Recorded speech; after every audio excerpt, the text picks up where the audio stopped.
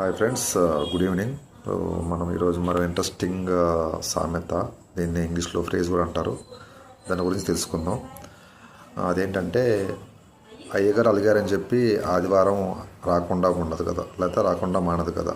అంటే ఇది ఏ సందర్భంలో చెప్తారంటే, ఎక్కువగా మనం ఎవరో ఉన్నవాడు కానీ, లేకపోతే బాగా ధనవంతులు, లేకపోతే ఒక గ్రామాల్లో కానీ పట్టణాల్లో కానీ బాగా ధనవంతులు వారు భీష్మించి కూర్చున్నారని చెప్పి, వాళ్ళు అలిగారని చెప్పి, లేకపోతే వాళ్ళు కోపంగా ఉన్నారని చెప్పి, సో వాళ్ళు అలిగారని చెప్పి, వాళ్ళు భీష్మించి కూర్చున్నారని చెప్పి ఏ పనిలో ఆగకుండా మనం గడిచే రోజులు గడవకుండా మనం అని చెప్పే సందర్భంలో ఇది వాడేవాళ్ళు.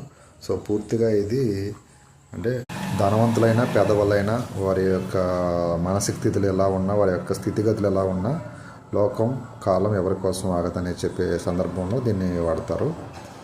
Thanks for watching. మరిన్ని ఇటువంటి సామెతలు, అదేవిధంగా మోడర్న్ సామెతలు కూడా మనం డిస్కస్ చేద్దాం.